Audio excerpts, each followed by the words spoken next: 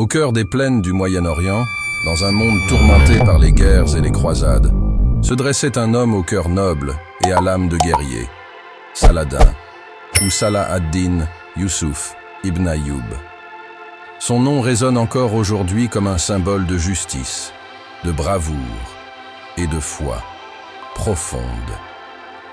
Saladin, bien plus qu'un chef de guerre, était un homme animé d'une vision, celle de restaurer la dignité et la paix en libérant Jérusalem, la ville sainte, des mains des croisés. Saladin naquit en 1137 dans une famille kurde et dès son jeune âge, il fut initié aux valeurs de l'islam. Sa foi devint sa boussole, guidant chacun de ses choix, chaque bataille qu'il mena. En grandissant, il s'illustra par sa sagesse et son esprit stratégique, attirant l'attention de ceux qui voyaient en lui un chef inspiré. Il n'était pas seulement un guerrier, mais un homme de principe et de compassion. Un leader qui savait unir les peuples sous une cause juste. À une époque où les croisades provoquaient des ravages, Saladin se dressa en protecteur des opprimés, convaincu que la force devait être utilisée pour la justice et non pour le pouvoir. Chaque bataille qu'il menait n'était pas pour la gloire personnelle, mais pour une mission sacrée. Lorsqu'il rassembla son armée pour reprendre Jérusalem, il le fit avec la promesse de restaurer la paix et de respecter la vie humaine. Cette vision de Saladin était rare dans un monde où la brutalité était la norme. L'appel de Jérusalem. Mais ce fut en 1187 que le destin de Saladin et celui de Jérusalem s'entrecroisèrent véritablement.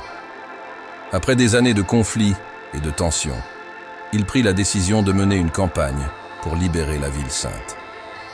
Jérusalem, un symbole d'une importance immense pour les musulmans, chrétiens et juifs, devait être un lieu de paix et non de guerre. Le jour de la bataille, Saladin se tenait devant son armée, un homme déterminé, mais empreint d'une sérénité qui témoignait de sa foi en Allah. Le regard fixé sur les remparts de Jérusalem, il savait que cette victoire serait un acte de foi, non un acte de vengeance. Et ainsi, avec une stratégie brillante et une grande maîtrise, il mena ses troupes à la victoire lors de la bataille décisive de Hattin.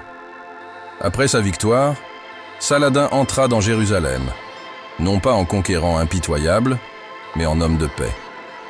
Il ordonna que les portes de la ville soient ouvertes à tous, promettant sécurité et protection à ceux qui choisiraient de rester.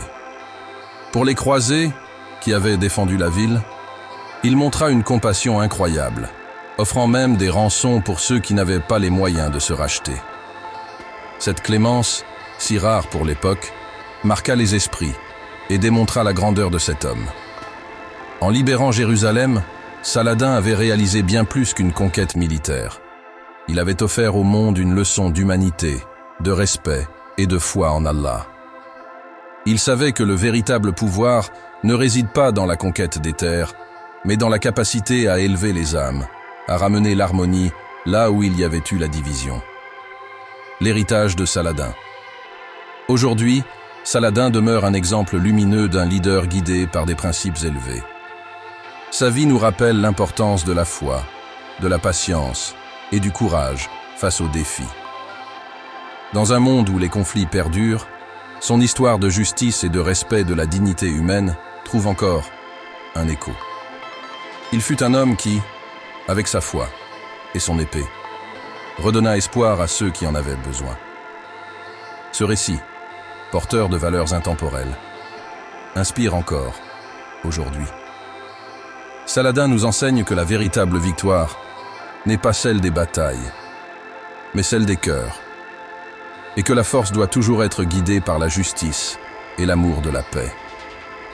Que son histoire illumine nos vies, et que ses valeurs continuent d'inspirer les générations à venir.